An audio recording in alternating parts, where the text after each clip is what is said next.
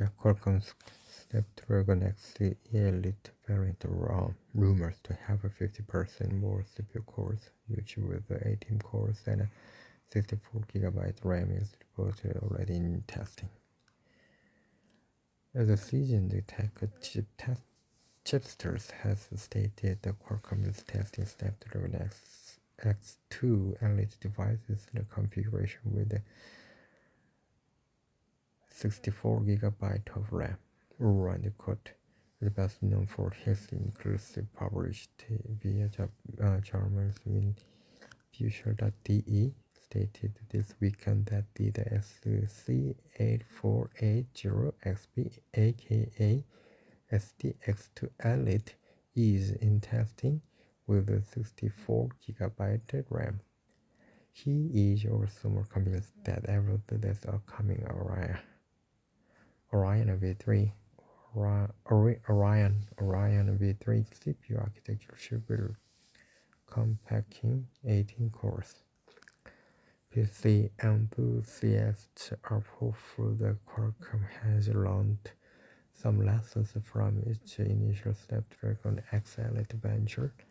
It has a lot of help from Microsoft to spearhead Copilot PCs using the first Orion architecture processors last June. However, interest in them fell sharply as AMD and Intel responded rather swiftly with their own power sipping but potent AI NPU enhanced Raptor processors. That's the last time we have heard murmuring about the touted SC8480XP was back in March. At the time, we highlighted that 18 cores would increase the CPU core count by 50% versus the first-gen Snapdragon X Elite. Moreover, the newer architecture is expected to deliver its own performance boost. The rumors also point to the Snapdragon X2 Elite looking to push into the desktop side of the market or even the servers. This notion comes from the chatter about Qualcomm testing chips like the SC84 and 80XP without advanced cooling solutions, including a 112mm radiator toting AIO. That would mark quite an intergenerational change. Moving on to other SoC specs like onboard RAM. The last we heard, the SC8480XP was being tested in Qualcomm SiP system in package format with 48GB RAM on board, as well as 1TB SSD storage on board. Now it looks like options with up to 64GB with RAM on board may be offered. The new processor is expected in September. The quote was at Computex 2025 and kept a keen eye on Qualcomm development during the show. If his leaked info didn't come via a Qualcomm contact, perhaps the device partner talked about the upcoming SC4880XP configuration behind closed doors somewhere in Taipei. Whatever the source, please add a touch of the salt to these leaks until we hear directly from Qualcomm or a device partner. Since we've sailed by the Computex without any official Snapdragon X2 Elite, or one might be called Snapdragon X2 Ultra Premium news, we are most likely looking at the Snapdragon Summit 2025 in September for Qualcomm to take the reps of its next-gen processors. We will also hopefully see design and Qualcomm's partners have come up with to sell these Windows on ARM devices to us.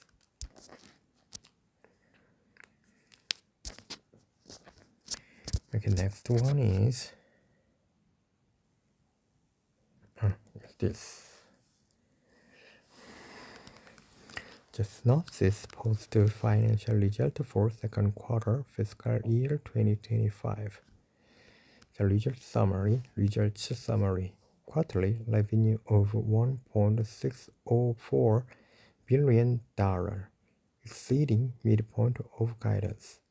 The quarterly GAAP earnings per diluted shares of $2.24 and non-GAAP earnings per diluted share of $3.67, exceeding guidance, reaffirming the full year 2025 revenue guidance and non-GAAP operating margin guidance.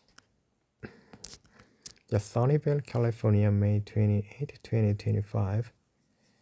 The today reported result for each second quarter of fiscal year 2025. Revenue for the second quarter of fiscal year 2025 was $1.604 billion compared to $1.455 billion for the second quarter of the fiscal year 2024.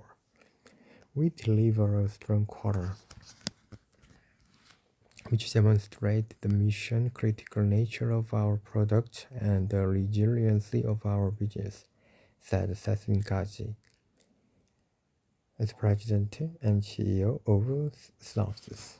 The mega trend of the AI, software-defined system, and silicon proliferation continue to drive our growth, and these trends are increasing design complexity and cost, as well as increasing computer performance and energy demand. Synopsys is a trusted partner in addressing these challenges and leader in applying AI to help customers innovate faster. In a dynamic macro environment, Synopsys continues to execute with a strong Q2 results on the top and bottom line, and Shlag Grazer, CFO of Synopsys. We were poised to deliver a solid second half, and we are affirming our full year revenue of the operating margin guidance, reflecting our confidence in the business and continue to healthy demand for our product. The continuing operations. On September 30, 2024, the Synopsys completed the sale of its software integrated business. Unless otherwise noted, Synopsys software integrity business has been presented as a discontinued operation in Synopsys' consolidated financial statement for all periods presented herein, and all financial results and targets are presented herein on a continuing operation basis. The GAAP result on the U.S. Generally Accepted Accounting Principle GAAP basis. The net income for the second quarter of the fiscal year 2025 was $349.2 billion, or $2.24 per diluted share, and compared to $199.1 billion, or $1.992 per diluted share for the second quarter of the fiscal year 2024. Non-GAAP result. On a non-GAAP basis, net income for the second quarter of fiscal 2025 was $572.7 million, or $3.67 per diluted share, compared to the non-GAAP net income of $466.9 million, or $3.00 per diluted share for the second quarter of the fiscal year 2024. So the reconciliation of the net income, earnings per diluted share, and other measures of GAAP and a non-GAAP basis. See GAAP to non-GAAP reconciliation in the Panning tables below. 답이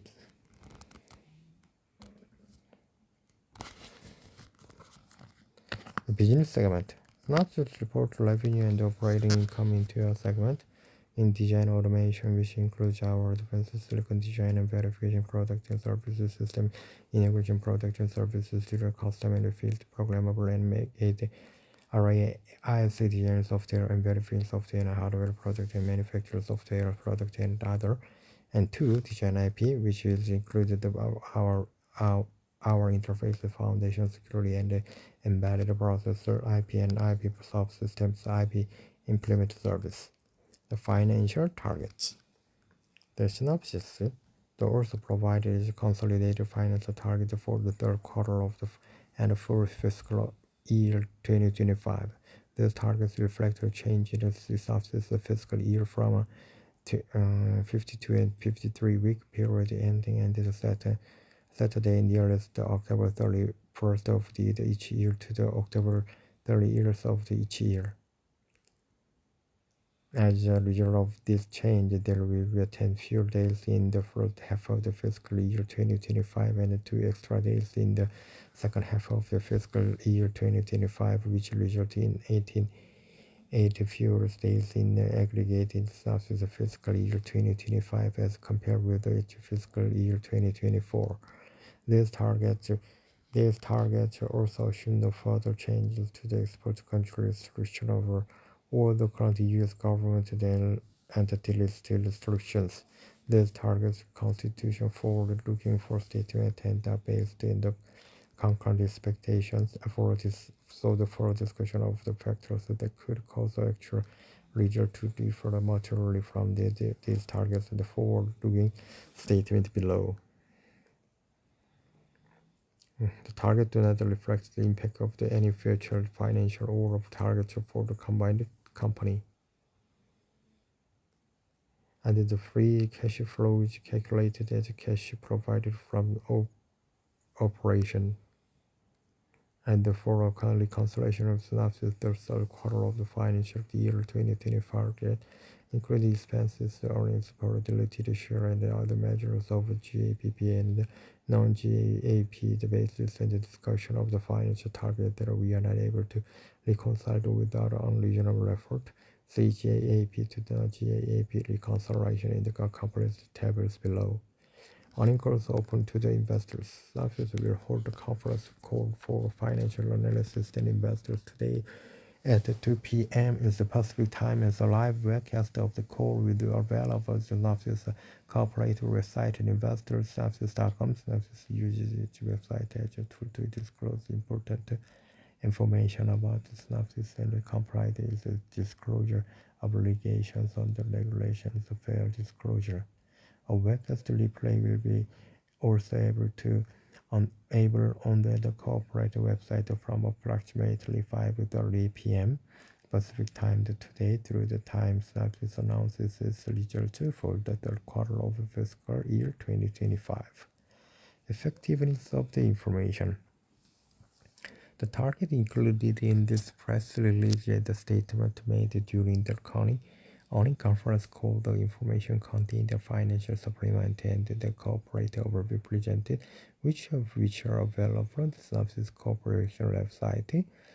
As the earnings material represented Synopsys expectation the benefit of which over May 28, 2025. Although these earnings materials will remain available on Synopsys website through the date of the warnings for the third quarter of the fiscal year 2025, the continued availability through such date does not mean that Synopsys is reaffirming or confirming their continued validity. Synopsys undertakes the duty and does not intend to update any forward-looking statement, whether as a result of the new information of the future event or other update and target given this press release unless required by law. Availability from financial statement. Synopsys will include the financial statement for the second quarter of the fiscal year 2025 in its quarterly report form 10-QB to be filed on or before June 9th, 2025. reconciliation of the second quarter fiscal year 2025 result. The following tables reconciliation specification items included from the GAAP in the calculation of the non-GAAP net income, earnings per diluted share, and the tax rate for the periods indicated below. That's the result. Okay, I think we need to end here.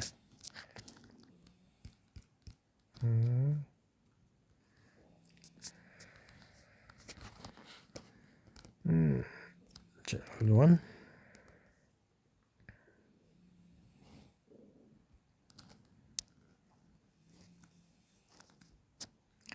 So it's quite old. April 15th, the FlashArray, the RC20, expanding the Pure Storage platform to the entry-level capacities. FlashArray RC1220 capacity optimized all-flash system are specifically designed to meet needs of the low capacity environment for smaller workloads and edge deployments. The power of the Pure Storage platform is now available in smaller capacities. The FlashArray RC20 is the newest member of the FlashArray family. The capacity-optimized all-flash system delivers the enterprise-class performance, reliability, and agility at the capacities and prices that are more accessible for edge deployment and smaller workloads. At Pure Storage, we've been replacing the high-speed spinning devices, drives with the flash in the Tier 1 environment for 14 years. 5 years ago, we noticed the fun in the space. What about workloads that don't require ultra high performance and low microsecond latency? FlashAce was launched in 2019 to meet the need, offering the world first capacity optimized all-flash storage arrays as the first to market QoS flash-based solution. But the landscape of the all-day flash data storage continued to evolve. We heard loud and clear that SMBs and smaller deployments or scenarios with remote office, branch office, ROBO were missing out. We were looking for the full capability of the Pure Storage platform, but with a smaller capacities and at a competitive price point. Entry-level all-flash products from the legacy vendors aren't making the cut with limited capabilities. The lack of the enterprise-grade reliability and security, and disrupted upgrade paths hindering future progress. Today we are changing the game yet again and giving the customers what they ask for will be the new FlashArray RC20. The FlashArray RC20 platform capability optimized for the edge deployment for smaller workloads. The extension of the existing FlashArray architecture, FlashArray RC20 offers enterprise class performance, reliability, and agility at capacities and prices that are more accessible for the edge use cases and smaller deployments. So what is the difference between the FlashArray RC20 and the other members of the FlashArray family? The R in the RC20 identify the use of the factory unit controllers, which in conjunction with other new parts, such as a new chassis, delivers a product that provides many of the same benefits as other members of FlashArray. So the C/C family, all while reducing e-waste and aligning with our commitment on delivering a sustainable data platform. So the FlashArray/RC20 brings the power and the capability of the Pure Storage platform and the FlashArray/C family to a model that specifically sized and priced to support the lower capacity deployment. And unlike the other entry-level systems, the FlashArray/RC20 can non-destructively upgrade to the higher models in the FlashArray/C family and next-gen controller to grow as you need in the future. This is a unique benefit of the Pure Storage platform is that unmatched by any other vendors in the industry.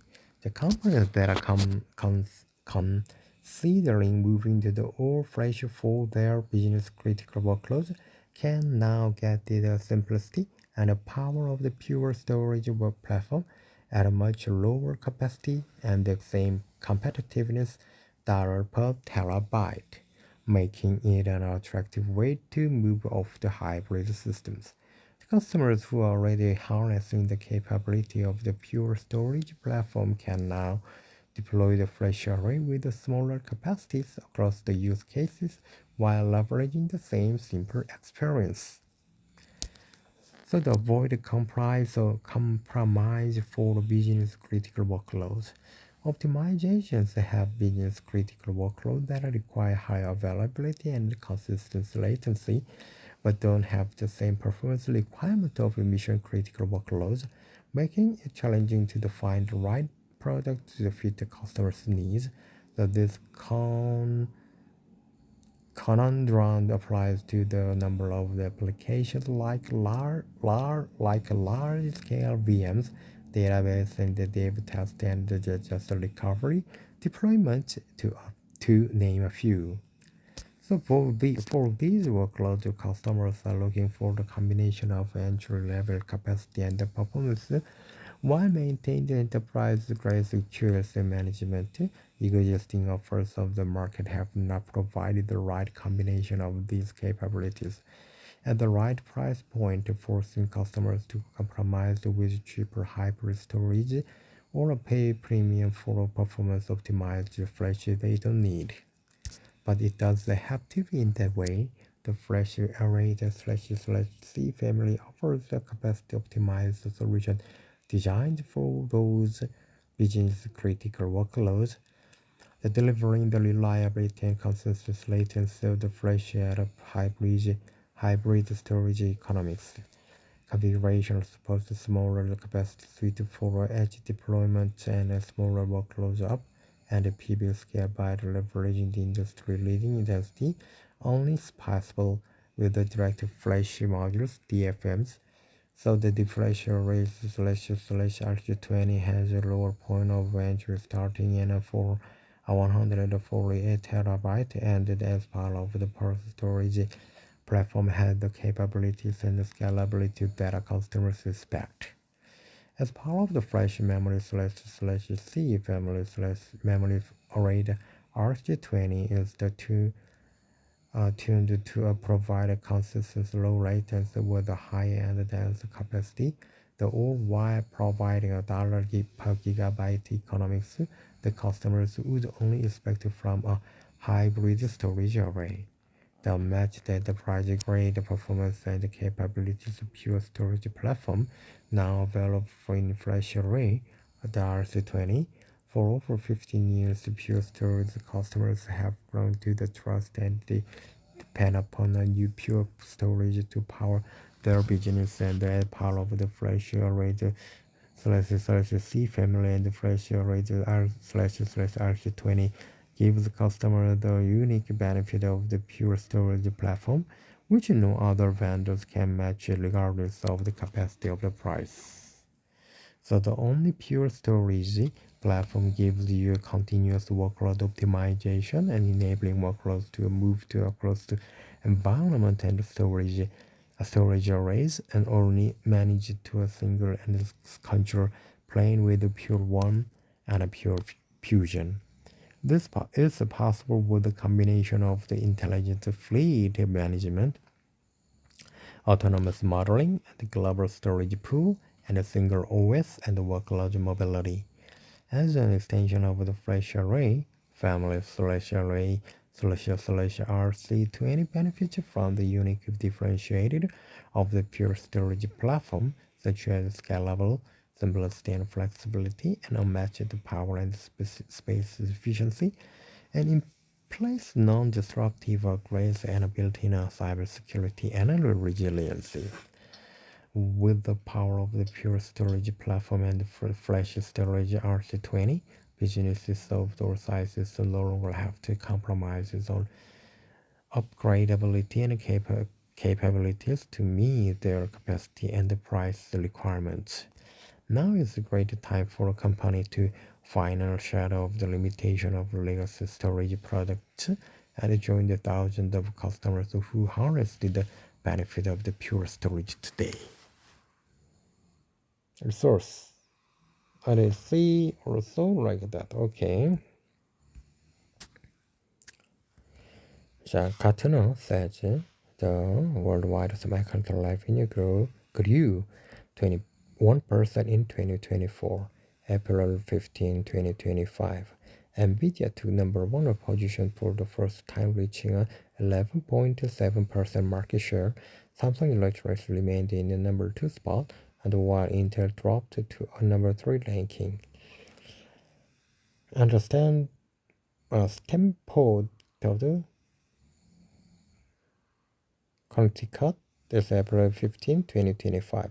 Worldwide semiconductor revenue totaled $655.9 billion in 2024, up 21% from the $542.1 billion in 2023, according to the final result by Gartner Incorporation.